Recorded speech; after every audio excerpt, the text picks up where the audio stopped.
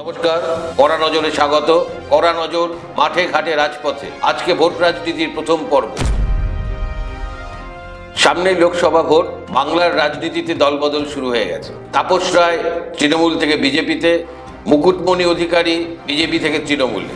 কিন্তু সব আলোচনাকে পিছনে রেখে সামনে চলে এসেছেন অভিজিৎ গঙ্গোপাধ্যায়। অভিজিৎ বাবুর বাবা ছিলেন রমাপ্রসাদ গাঙ্গুলি, আইনজীবী। মা ছিলেন শেফালি গাঙ্গুলি। অভিজিৎ গঙ্গোপাধ্যায়ের জন্ম 1962 সালে। তিনি মিত্র ইনস্টিটিউশন মেইন থেকে পড়াশোনা করেছেন। কলেজে পড়ার সময় তিনি নাট্যচর্চায় মনোযোগ দিয়েছিলেন। অমিত চন্দ্র বলে একটি নাট্য দলের তিনি সদস্যও ছিলেন। অভিজিৎ গাঙ্গুলি WBCS উত্তীর্ণ হয়ে উত্তর দিনাজপুরে তার কর্মজীবন শুরু করেন। উনি বিবাহিত।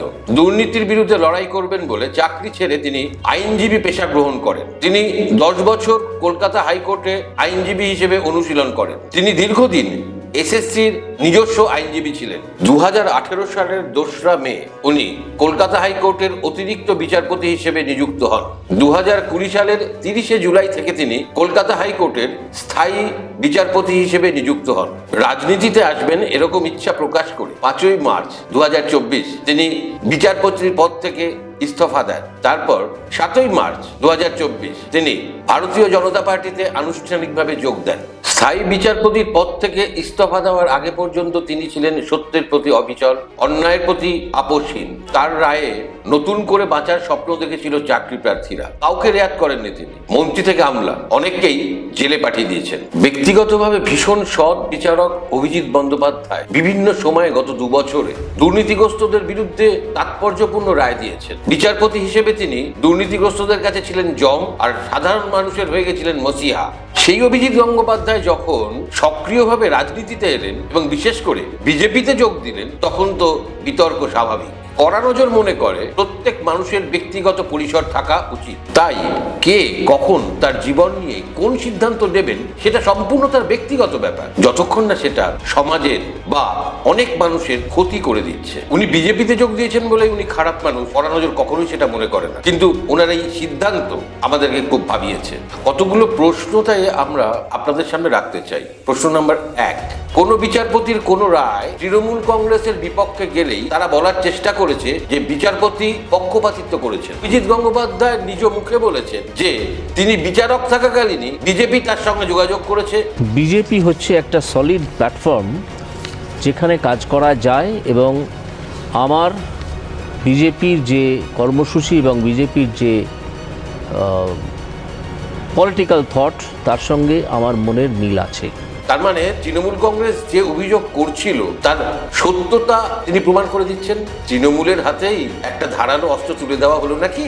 শুধু তাই নয়, সাধারণ মানুষের কাছে অন্যান্য বিচারপতিদের বিশ্বাসযোগ্যতা কোথায় গিয়ে দাঁড়ালো? তারা যদি মনে করে থাকে যে অন্যান্য রাজনৈতিক দলের সঙ্গে বাকি বিচারপতিদের যোগাযোগ আছে, তাহলে কি সেটা খুব অমূলক হবে? এসব প্রশ্ন কড়া নজরে উত্তর দেবে সময়। প্রশ্ন নম্বর 2, ঠিক এই সময়টাকেই উনি কেন বেছে নিলেন রাজনীতিতে যোগ দেওয়ার জন্য, বিশেষ করে বিজেপিতে? আর 4 মাস পরেই তো তার অবসর নেওয়ার কথা ছিল। অবসর গ্রহণের পর রাজনীতিতে যোগ দিলে কি এমন অসুবিধে হতো? আর 2-3 মাসের মধ্যেই লোকসভা ভোটের পালা টাঙ্গ হবে। তবে কি উনি ভোটের দিকে তাকিয়েই তার এই ব্যক্তিগত সিদ্ধান্তটা নিয়েছেন? তাহলে কি ভারতীয় জনতা পার্টির সঙ্গে তার কোনো ডিল হয়েছে?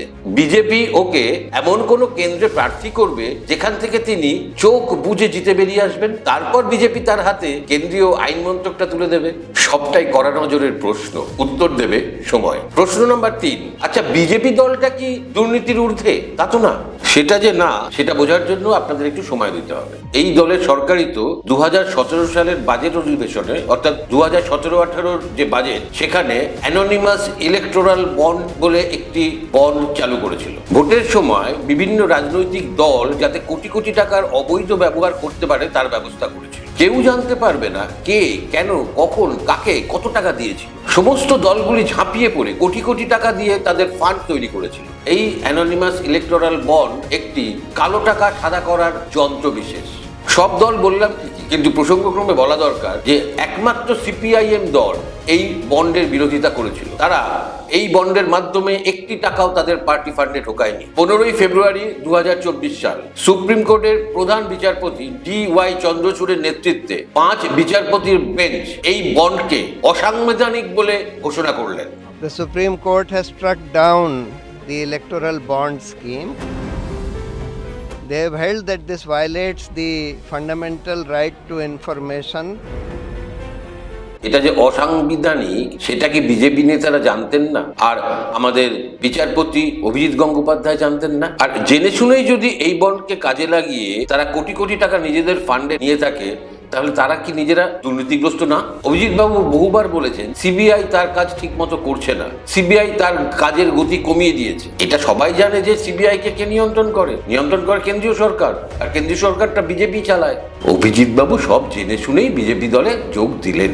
শুধু তাই না, বর্তমানে বিজেপি নেতা বলে একসময় তৃণমূল নেতা শুভেন্দু অধিকারীর অন ক্যামেরা টাকা খাওয়াটা তিনি জাস্টিফাই করার চেষ্টা করলেন। আমরা বলছি উল্টে দেখুন, পাল্টে গেছে। আচ্ছা, এই সৎ মানুষটা কি আরো পাল্টে যাবে?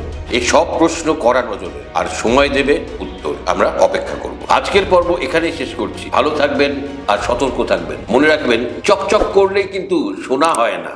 মঙ্গলবার কড়া নজরের পরের পর্বটি দেখার আগে পর্যন্ত আমাদের চ্যানেলটি শেয়ার করুন, লাইক করুন, সাবস্ক্রাইব করুন। ধন্যবাদ।